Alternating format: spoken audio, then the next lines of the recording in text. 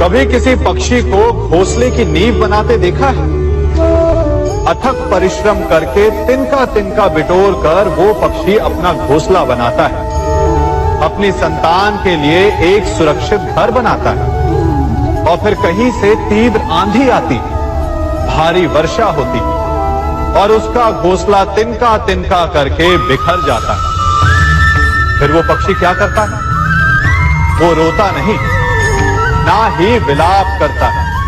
वो बिना विलंब करे फिर से अपना घोंसला बनाना प्रारंभ कर देता है और सफलता पाता है। फिर हम क्यों छोटी छोटी असफलता से भयभीत होकर परिश्रम करना छोड़ देते हैं? एक बात सदा स्मरण रखिएगा, हर वृक्ष कुल्हाड़ी की एक मार से नीचे नहीं गिरता, हर चट्टान घन के एक प्रहार से नहीं टूटती। सफलता पाने के लिए अनावरत परिश्रम करना ही मात्र एक मार्ग है।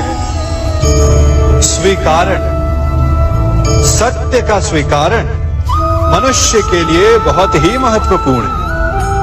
जब तक मनुष्य सत्य को स्वीकार नहीं करता, उसे असत्य से लड़ने की शक्ति प्राप्त नहीं होती। जब आप भोजन करते हैं तो क्या होता है?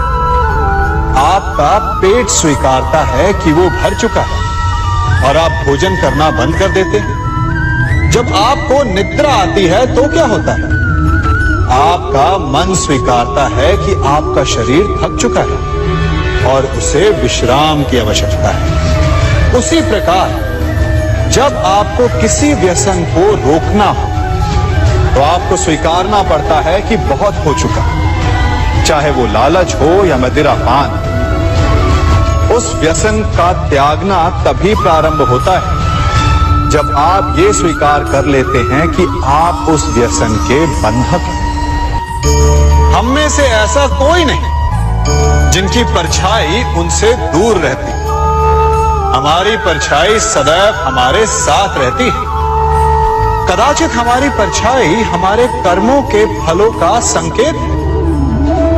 कदाचित इसी कारण कई बार हमें अपनी परछाई से भय भी लगता है, परंतु इस भय से निवारण पाने का एक साधन अवश्य है। वो है सूर्य की ओर मुख करना या किसी प्रकाश के स्रोत की ओर मुख करना, क्योंकि तब हमें हमारी परछाई दिखाई नहीं देती। यदि इसे जीवन के संदर्भ में देखें तो ये प्रकाश का स्रोत शुभ कर्मों की चेतना है।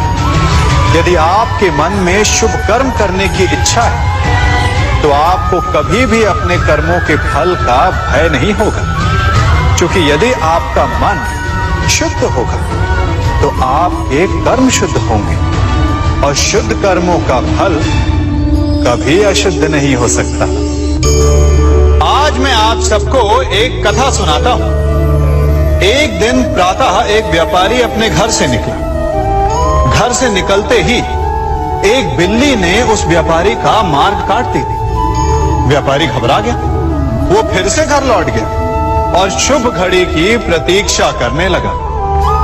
और जब वो पुनः अपने घर से निकला तब वो वाहन जा चुका था जिससे राजा तक पहुंचकर उसे भेंट देनी थी। राजा को भेंट नहीं मिली। राजा क्रोधित हो गया। राजा ने उस व्यापारी का व्यापार बंद करवा दिया। इस कारण व्यापारी क्रोधित होकर घर पर अपनी पत्नी से लड़ बैठा। पत्नी अपने बच्चों समेत मैके वापस चली गई और उस व्यापारी के जीवन में यदि कुछ रह गया था तो केवल अंधकार। और इन सब का कारण वो उस बिल्ली को मानता रहा जिसने उसका मार्ग काटा था। ऐसा ही एक दूसरा व्यापारी राजा को भेंट देने निकला और उस व्यापारी का मार्ग भी एक बिल्ली ने काट दिया। वो व्यापारी तनिक घबराया, परंतु उसने आगे बढ़ना अधिक उचित समझा। राजा तक वो समय पर पहुंचा। उसने राजा को भेंट दी। राजा प्रसन्न हुए और राजा ने व्यापारी को अपना व्यापार बढ़ाने की अनुमति दी, स्वर्ण आभूषण दी। जब व्यापारी घर पर पहुंचा तो पत्नी को आभूषण और अपने बच्चों को देने के लिए वस्त्र थे उसके पास। हर ओर प्रसन्नता थी। समझ रहे हैं ना, दोनों के साथ एक ही प्रकार की घटना हुई, परंतु दोनों की प्रतिक्रिया भिन्न थी। ऐसा ही हमारा जीवन भी है। हमारे जीवन में प्रारब्ध का अपना स्थान है, परंतु उससे कई अधिक महत्वपूर्ण हमारी प्रतिक्रिया, हमारे सोच का प्रभाव है। क्योंकि यही हमारे जीवन को आकार देते हैं। इसलिए अपनी सोच को सकारात्मक रखिए, आपका जीवन सदैव आनंदमय रहेगा। आप इन दो पात्रों को देख रहे हैं। मेरे इस पात्र में जल है और ये पात्र मिष्ठान से भरा हुआ है। दोनों ही पात्र भरे हैं, परंतु देखिए, मिश्री को जल में मिला दी, जल ने मिश्री को अपना लिया, मिश्री ने अपना अस्तित्व खो दिया। परंतु जल को अभिमान है कि उसका अस्तित्व अभी भी बना हुआ है। परंतु जो इस जल को चखेगा उसे अवश्य पता चल जाएगा कि ये जल अब वो जल नहीं रहा, ये अब शरबत बन गया। हमारा त्याग, हमारे बलिदान भी ऐसे ही होते हैं। जो इस बात को अनुभव करते हैं वो समझ सकते हैं कि कैसे हमने समय की धारा को बदल दिया।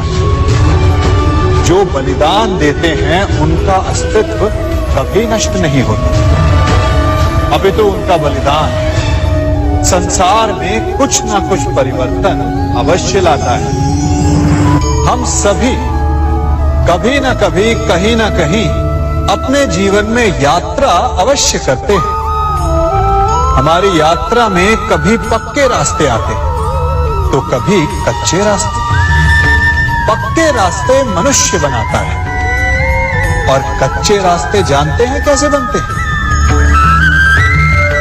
चलते चलते बन जाते हैं। जब लोग एक स्थान से जाते हैं तो पैरों के दबाव से नीचे की घास कुचल जाती है। बार बार उस मार्ग से जाने से धीरे धीरे मार्ग स्वतः ही बन जाता है। और यही जीवन है, यही नियति है। जब आपके जीवन में आपको मार्ग ना मिले तो रुकिए नहीं, आगे बढ़ते रहिए और आपके पैरों के दबाव से मार्ग स्वतः ही बन जाएगा। हम सभी अपने जीवन में सफलता चाहते हैं, है ना? उसके लिए हम रात दिन परिश्रम करते हैं, कड़ी मेहनत करते हैं, परंतु फिर भी असफल हो जाते हैं। परंतु ऐसा क्यों होता है? कभी सोचा आप सबने? क्योंकि सफलता पाने का मंत्र बड़ा कठिन नहीं, बड़ा सरल है।